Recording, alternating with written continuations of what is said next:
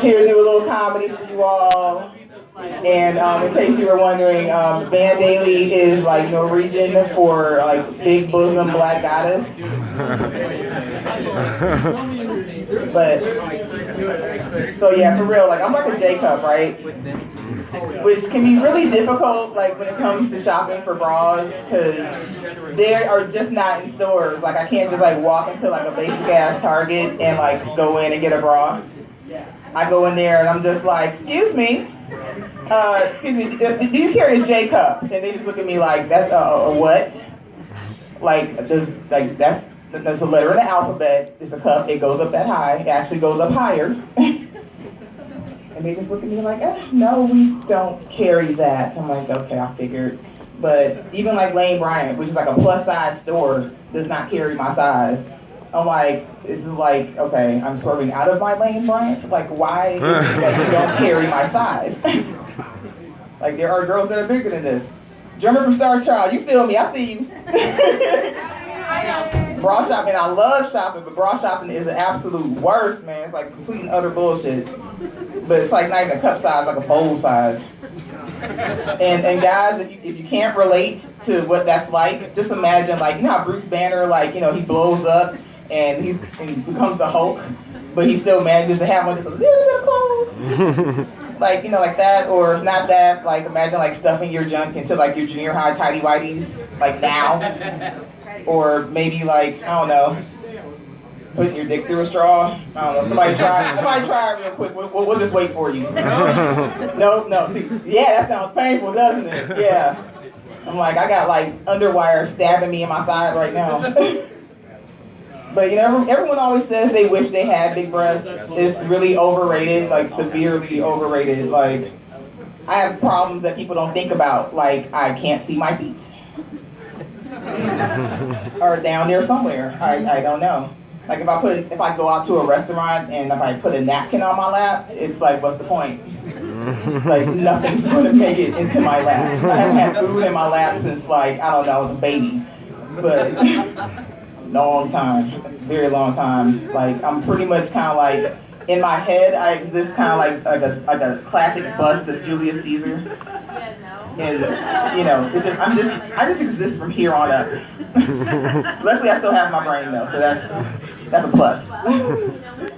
But they even like dictate like the kind of like purses I get.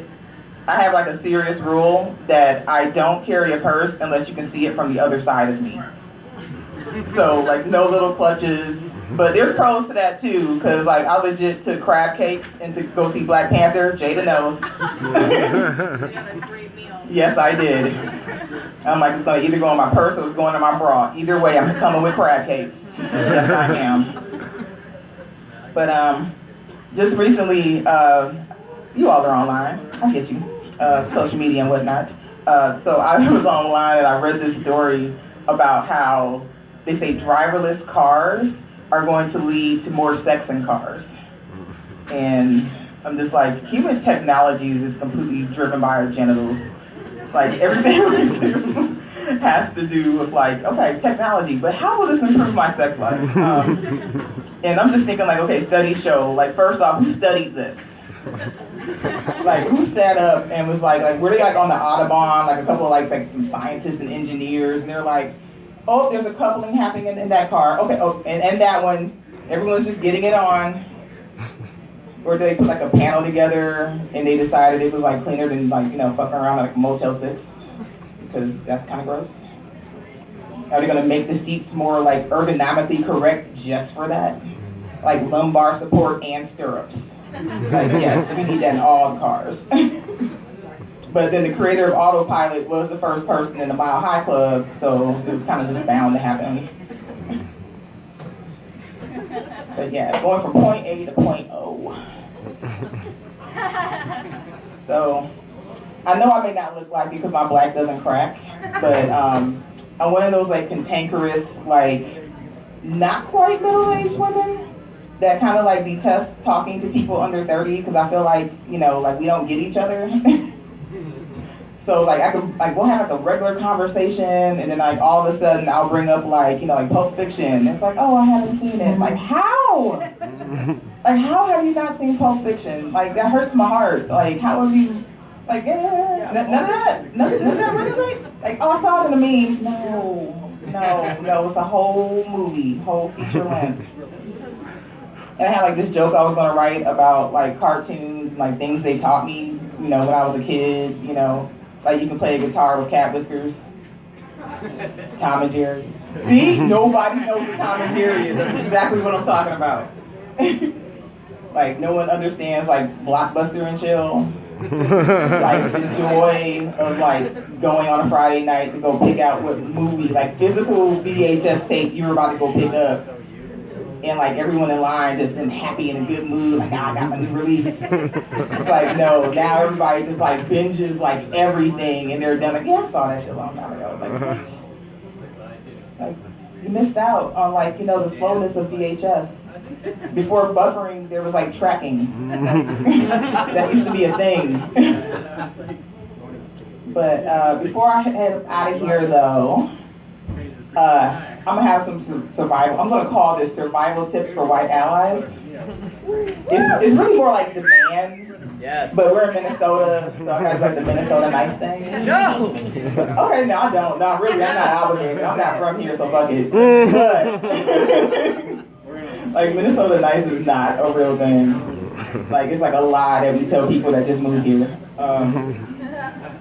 But for white allies who want to make sure they get it right, I will take a moment out of my black life to tell you this. Do not tag or share in my inbox anything that like has you outraged that you're not going to discuss with your family and friends. Like, don't send me a video of like the last brother that got shot, and then you're just like got all these happy pictures on your profile. Nope, don't do it. If I can open in the public, I shouldn't.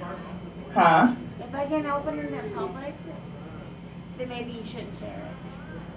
Pretty much, yeah. Like, keep it to yourself. Like, keep your outrage to yourself. Don't share it with me if you're not going to share it with the world. And don't touch my hair. Don't ask me questions about it. Like, if you reach to touch my hair, you will pull back a nub. There will be nothing, no hand left. And it might be because it got caught in the curls, or it might be because I sliced it. You'll only one way to find out, and you really don't want to find out.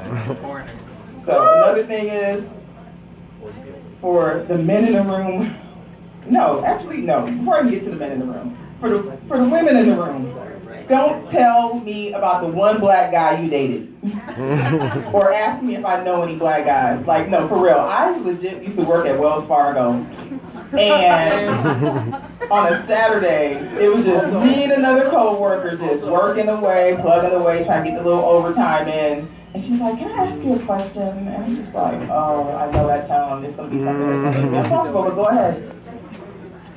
Do you know any black guys that are single that I can date? Because I've never dated one before, and I just wanted to know like what it's like. Like, you go to the library, you could go, you could go like where people are, and if you happen to find a man that is black that you are attracted to, you could just approach him like a human being, because they are. So there's that survival tip. And as far as the men, like, don't approach me like I'm not your February. Like, don't make me into your Black History Month.